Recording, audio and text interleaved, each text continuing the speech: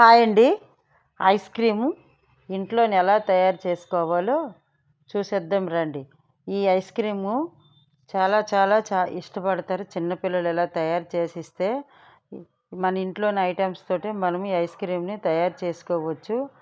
చాలా బాగుంటుంది. ఇప్పుడు ఈ ఐస్ క్రీమ్ ప్రిపేర్ కోసం నేను ఒక 10 బాదం పిక్కలను నానబెట్టి పైన తొరలు తీసేసి ఇలాగా మిక్సీ వేసేసుకున్నాను. ఇలా మిక్సీ వేసుకోవాలి. ఇప్పుడు ఒక కప్పుతోటి మిల్క్ పౌడర్ వేసేసుకోవాలి. ఒక 2 మ్యాంగోలు ఇలా పైన చిన్న చిన్న ముక్కలు కట్ చేసుకొని 2 మ్యాంగోలు వేసుకోవాలి. ఒక కప్పు మన ఇంట్లో పాల మీగడ ఉంటుంది కదా, డైలీ మనం తీసేసి ఫ్రిడ్జ్లో స్టోరేజ్ చేసుకున్నది ఒక కప్పు వేసుకున్నాను. మీకు పాలు మీగడ లేదనుకోండి క్రీమ్ కూడా వేసుకోవచ్చు. ఇందులోనే ఒక కప్పు మిల్క్ పాలు వేసుకోవాలి. 2 ఇలాచి వేసుకోవాలి. ఒక హాఫ్ కప్పు షుగర్ సరిపోతుంది. ఇవన్నీ కలిపి ఇలా మిక్సీ వేసుకోవాలి. చూసారా ఇదంతా ఎంత బాగా వచ్చింది, చాలా గుల్లగా వచ్చింది. ఈ ఐస్ క్రీమ్ని మీరు కూడా ఇంట్లో ట్రై చేయండి. చాలా టేస్ట్గా ఉంది. ఈ ఐస్ క్రీమ్ తింటే హెల్దీ ఐస్ క్రీమ్ అండి ఇది.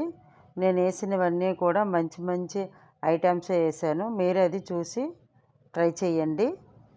ఇప్పుడు ఇదంతా మిక్సీలో వేసేసిందంట ఒక బౌల్ తీసుకొని ఈ బౌల్లో ఇలాగా మనం వేసేయాలి.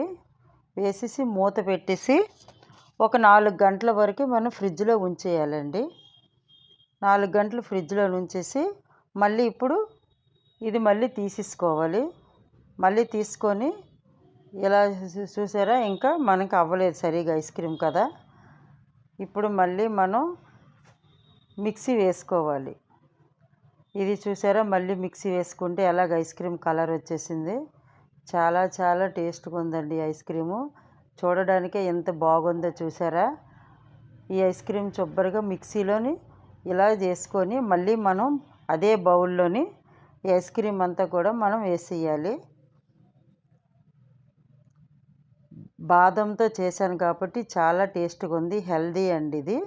ఈ పైన కొంచెం బాదం పిక్కలు ఇలా కొంచెం గుండ చేసుకొని మనం ఇలాగ వేసుకోవాలి. వేసుకొని ఇది కూడా నైట్ అంతా మనం మూత పెట్టి ఒక నైట్ అంతా ఫ్రిడ్జ్లో పెట్టుకోవాలి. ఎర్లీ మార్నింగ్ తీసేసరికి చూసారా ఎలాగ ఐస్ క్రీమ్ రెడీ అయిపోయి. చూసి నాకు లైక్